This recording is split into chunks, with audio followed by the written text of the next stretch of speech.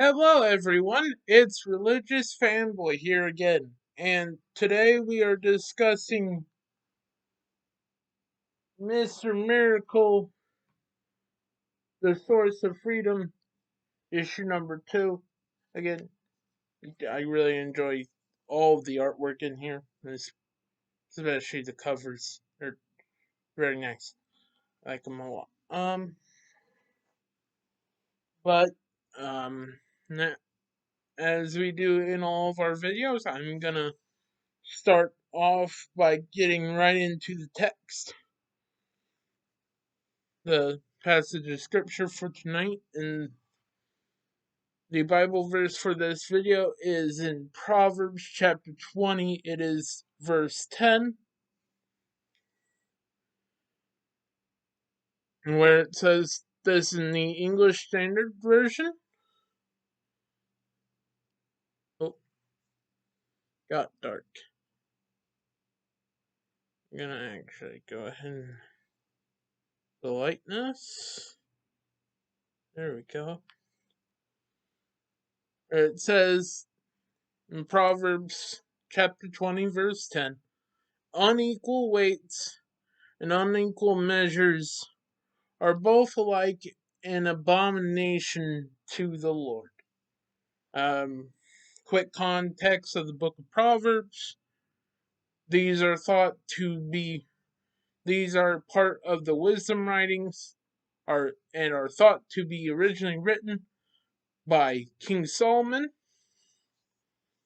and the original audience would have been the people of the nation of Israel at the time, especially scholars think to the court of Hezekiah, which Hezekiah is the son of Solomon that would become king,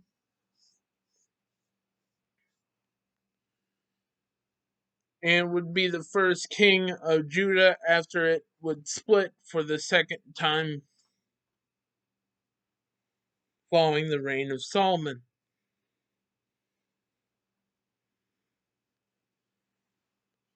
Um, so now I'm going to get into the issue. Um, get into the summary of the issue.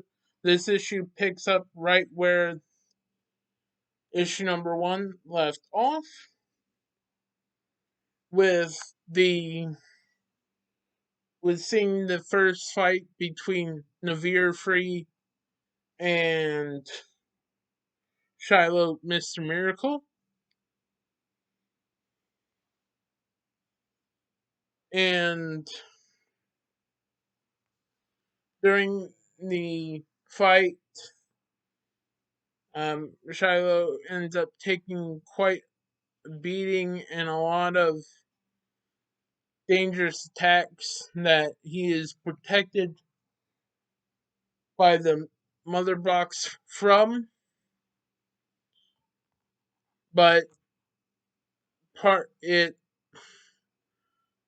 the energy being used to protect Shiloh is making it, that amount of energy being used makes it harder for the light construct of the suit to stay intact, and this leads to the reveal to the mainstream public in the story that Shiloh Mr. Miracle is a black man, and this leads to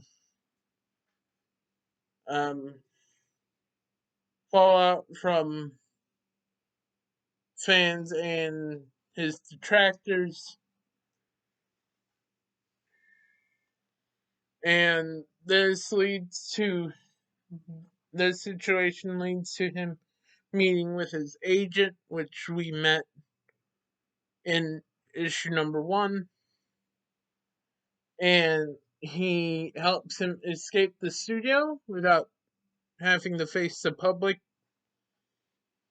and they go off to Hollywood and they have a discussion about why Shiloh does what he does, and his agent asks him, like, what is he really wanting to do, and getting across the idea that he can't, like, it's no longer feasible for him to balance and play the role forever of trying to be a discreet illusionist while also being a very public superhero.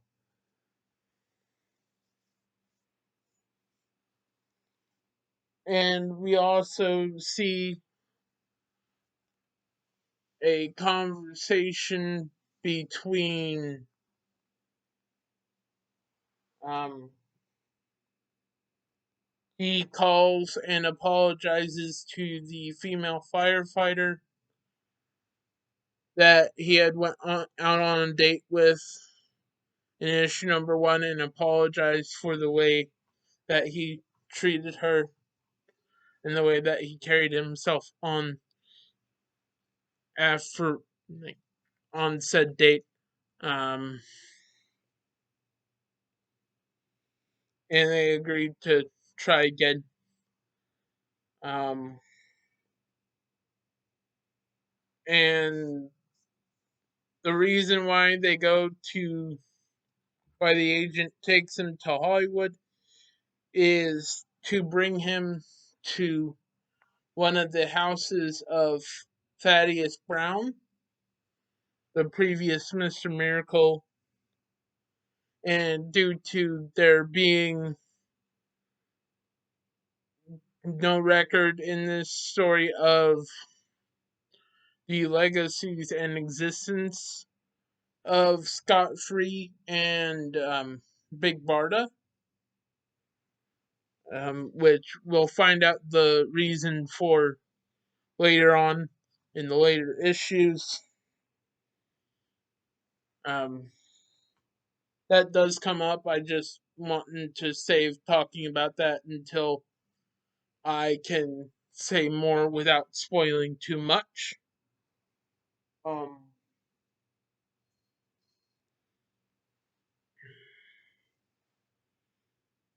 but the main reason I chose the verse about not being doubly minded, and that even being described as an abomination to God, is because of its parallels to the Christian conflict of our human desire for worldly success, as well as other things that can become idols if our priorities aren't where they're supposed to be, and versus trying to follow and glorify and be more like God and be more like Jesus. Um,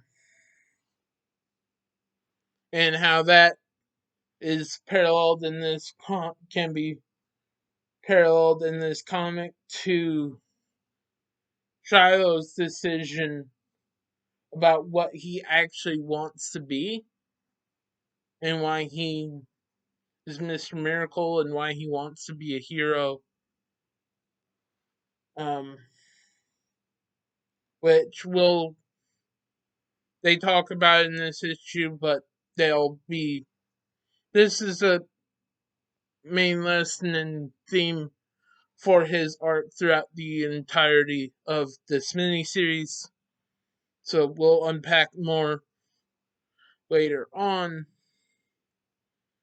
But now I'm wanting to get into some lexicon information just because it will be helpful. I found it helpful. Um, the words that I looked up the Hebrew word for the word that is translated in the English Standard Version as abomination. This word is, I'm gonna probably butcher the pronunciation, but I'm going to try my best. Tuba, I think. Um, but this in the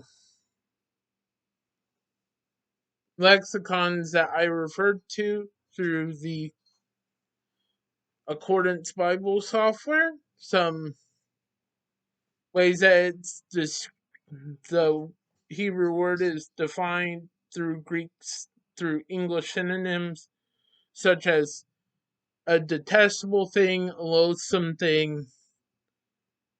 Um, and it also talks about and alludes to passages about sacrifice, which transitions into my my first um, talking point, which is that following God and following and becoming more like God requires sacrifice. Um, I we are called to go and do ministry and make disciples who make disciples as part of the Great Commission, and our call to do ministry will not make us popular, and it will require us to sacrifice reputations at times, and even do what it means when it means actually means to take up our cross and follow Jesus, which it means that we are willing to and are prepared to die for our faith, which means we will also have to be willing to sacrifice in order to follow Jesus the natural human instinct for self-preservation, because you can't preserve your own life if you if you're dead, because that what martyrdom means you, you die.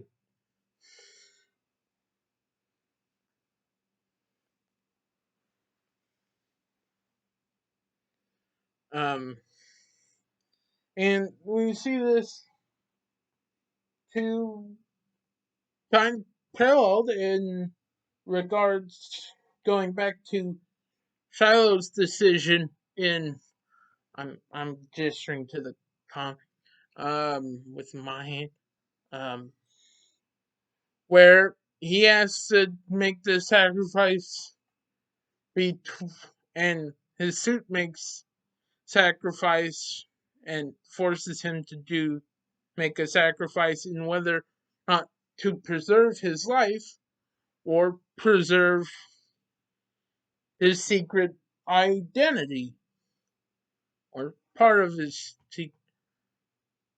secret identity that involves his ethnicity and skin color.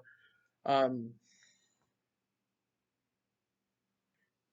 and that is the initial action that will lead to him having to make the decision throughout this story on having to decide between being a secretive illusionist or being a public hero. This is the first signs that for him he can no longer have both things. He's gonna have to be more open and let people know, because people know more about him now. and that should be fine. And we see him embrace that in the end. And I really hope they do more books with this character. I really enjoyed this series. Um, I highly recommend picking it up. Um, covers some heavy topics, but I think it's good, and especially when it comes out in trade. Um, if you feel like that's a god decision and want to read the book for yourself. Um, and then our second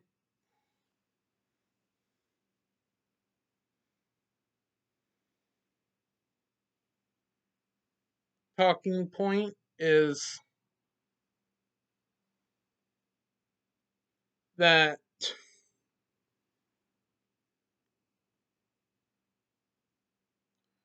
you cannot equally pursue the world and God at the same time. Not unlike Shiloh's conundrum, because the secret illusionist and choosing between a secretive illusionist and a very public hero, like those two adjectives contradict each other. They can't work. Excuse me. And as you can see, when one identity is when he is revealed and parts of him are exposed to the world, you can't have it be a secret and common knowledge at the same time. Just like we can't equally pursue worldly success and our desires that come from our human instincts and God at the same time. And we can't do it equally. Like, there will be parts of worldly success that aren't guaranteed, but God is looking out for us, and at the end of the day wants what's best for us. So God will meet our needs.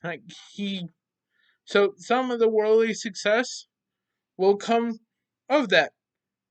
But we always need to remember, for us to be truly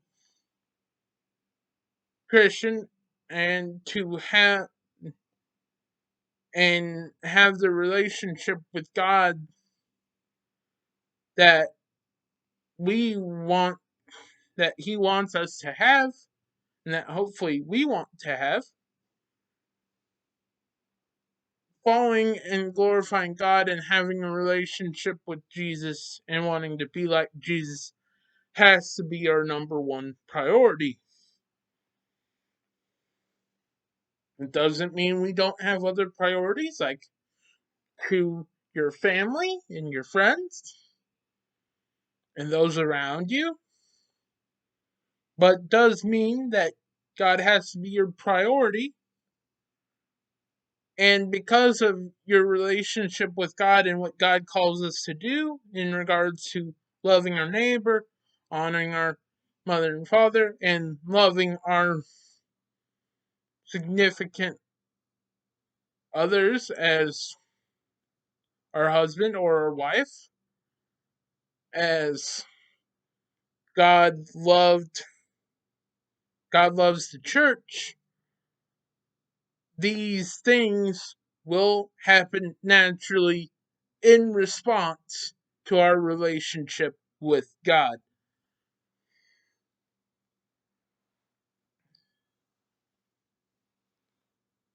Just like how Mr. Miracle will be better able to save people and be a image of hope through both his skills as a magician and his skills as a hero, through embracing himself and allowing and being vulnerable enough for him to brace those around him, and allowing those around him to embrace him.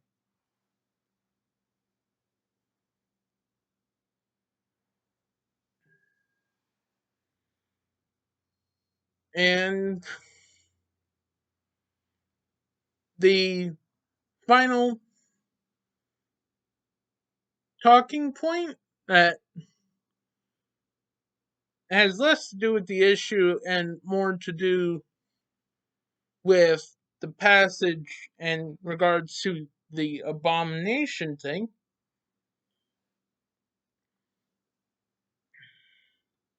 and our discussion question for tonight is that our God is a jealous God. Um, this is directly from the line in the Ten Commandments in Exodus, where it talks about the second most important commandment of the 10, the second one on the list, which is, do not make any graven images before yourself. This applies most directly with that commandment, the second one, and the first one. Do not worship any other gods before me. In the line between those two rules is this one, which is our talking point. For I am a jealous God. And this, like a good illustration for this, is if you're dating someone, and even more importantly, if you're married to someone. Like, don't cheat on them. Like, both in worldly ethics and Christian ethics, this is viewed as a bad thing. Like, it's highly frowned upon, and in worldly standards, like, you're not gonna have relationships that last if this is a habit for you. And if you don't deal with it and talk and be open with your significant other about this situation. Um, and in Christian ethics, it's to sit both with God and with your significant other. Like, be faithful to your wife. Like, love, you're supposed to love your significant other as God loved the church, loves the church. And um, that leads to our discussion question for the night. And then well, actually, I want to I'm gonna promote the book that I brought up from last time, and which is The Cross and the Lynching Tree by James Cohen, and gives a really interesting and thought-provoking perspective of Christianity in America through the eyes of African American and people of color. And the other book that I want to recommend is actually a book that was recommended in homiletics to me, and it was one of our textbooks. And it's what inspires the format that I had been using for these last few years in constructing these lesson videos when I moved to a more sermon-like format. And that is the book titled The Certain Sound of a Trumpet. the proctor. He was a very famous Black Baptist preacher, and I highly recommend this book, especially if you feel called to be a preacher. Like, even if you don't adopt this format and use it as your go to format for sermon structure, I find it has been very helpful to me in giving me a way on how to start sermons and a way of outlining them. So I highly recommend reading this and referring to this and studying it. Um, but the discussion question for this book is for this lesson video is, what is something that prevents you from following God and being more like Jesus? In other words, what are your idols? Like, what is the other thing that you are trying to pursue? And with that being said, may God be with you. Um, Please subscribe if you enjoyed this video and would like to support us. And with that being said, may God be with you, and I will see you next time. Bye.